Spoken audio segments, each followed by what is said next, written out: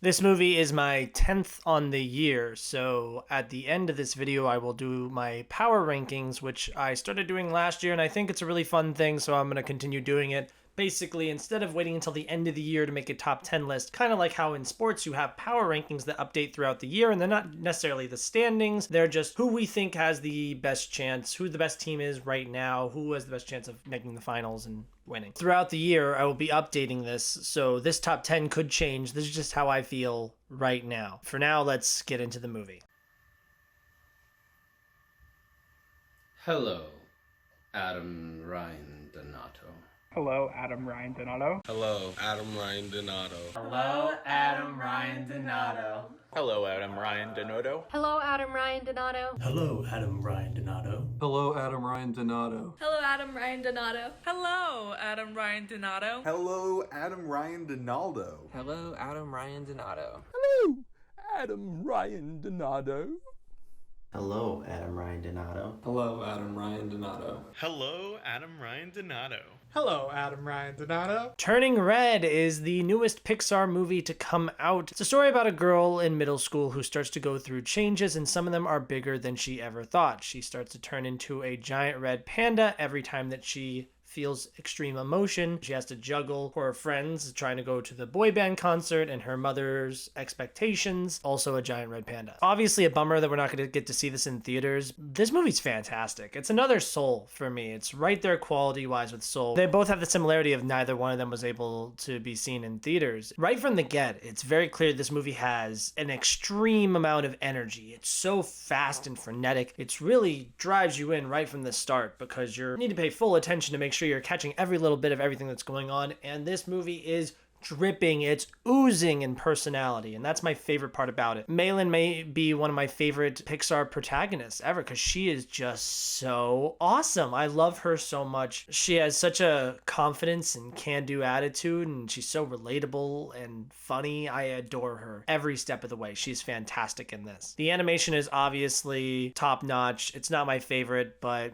the music in this movie is fantastic. I can't wait till the soundtrack actually comes out so I can put some of this on my Spotify. I love the boy band aspect of this movie, how they're obsessed with boy bands, specifically Four Town, which it's so funny that they're called Four Town, but there's 5 of them. I love that little joke. It's really heartfelt too. The ending is big, but still feels personal. We never lose sight of the emotional heart of the story, which is the conflict between Malin and her mother. She absolutely craves her mother's approval, but she's starting to get in that stage of life where she wants to be more independent. It's becoming her own person. So that struggle comes into play here very much so. And it's really interesting. It's a really great little movie. A lot of people say it's like a mix of Luca and Encanto, which I understand that because Encanto, you got the familial relationship aspect that's at the heart of the conflict of the movie. There really isn't a straight up antagonist in this either, kind of like with Encanto. Also, it kind of reminds us of Luca because the animation style, I don't want to say that they're getting more cartoony, but it's definitely not Soul, where Soul was supposed to look like this is the real world. Luca is very,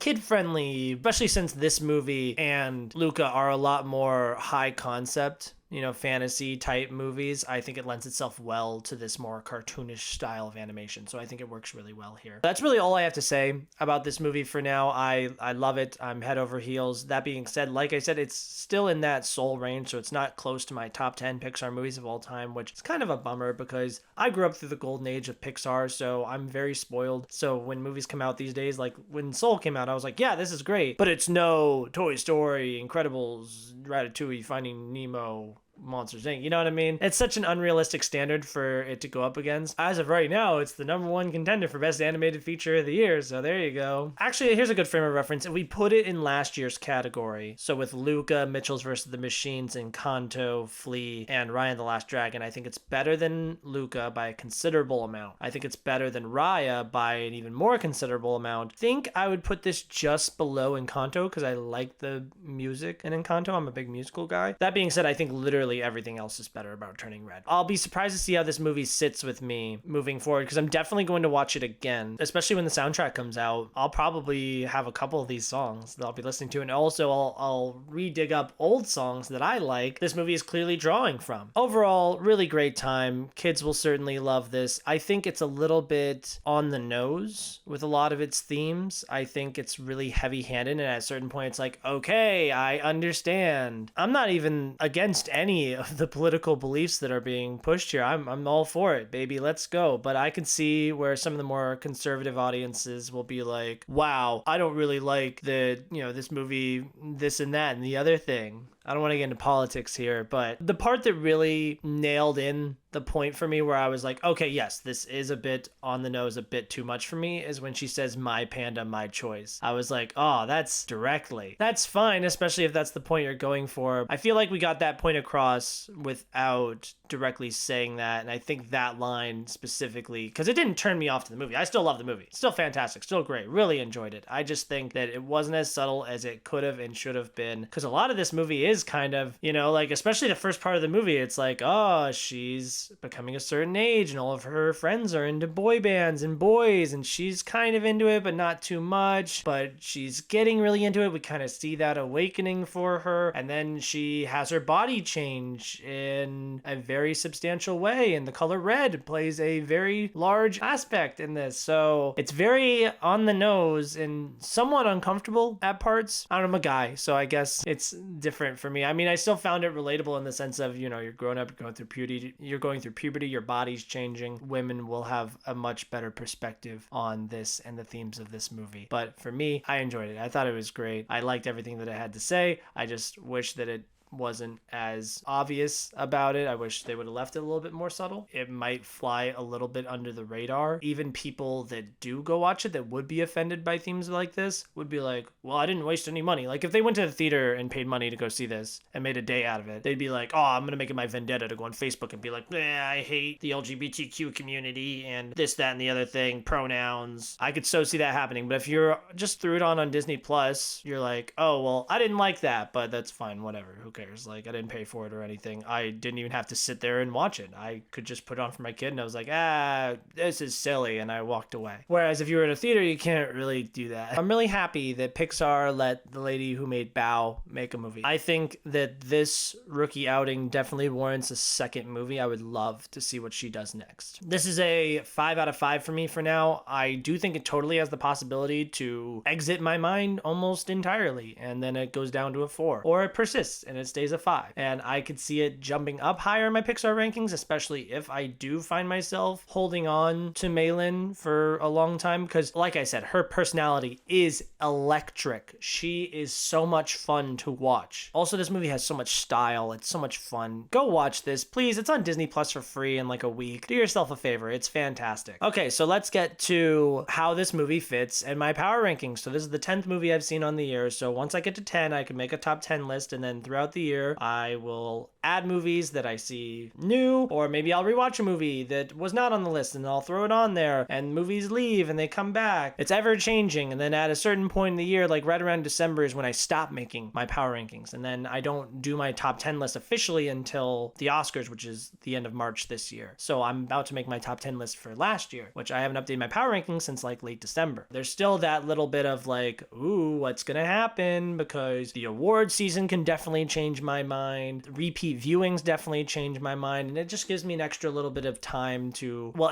catch up on the movies that don't go wide until January or February, and so that I can let them sit with me a little bit so I can make an educated choice. So number 10, I'm going to kind of go through this a little bit quick. In the future, when I add a movie to my power rankings, I'm not going to be like, oh, let me go down my whole power rankings. I'll probably just be like, well, this probably fits in here. And any other updates, I'd probably throw in that video as well. Number 10, I'm going to go with the 355. Simon Kinberg is on my hate list. I detest anything that he touches from here on out. My least favorite person in Hollywood. F you, Simon Kinberg. Such a waste. Like, there's 2 movies above this with like much less talent and money. I'd probably rather rewatch the 355 than watch these other 2 movies. Wow, you really wasted Jessica Chastain and Lupita Nyong'o. Like, you suck. I hate you. Penelope Cruz is nominated for an Oscar. What the hell? And you wasted her here? Number 9, I'm gonna go with Redeeming Love. This movie is based off a book that's written by a Woman, which is based off a story from the Old Testament. It's a movie that deals predominantly with female issues. The main character is a lady, and it has a lot to do with women and sex. And it is directed by a man named DJ.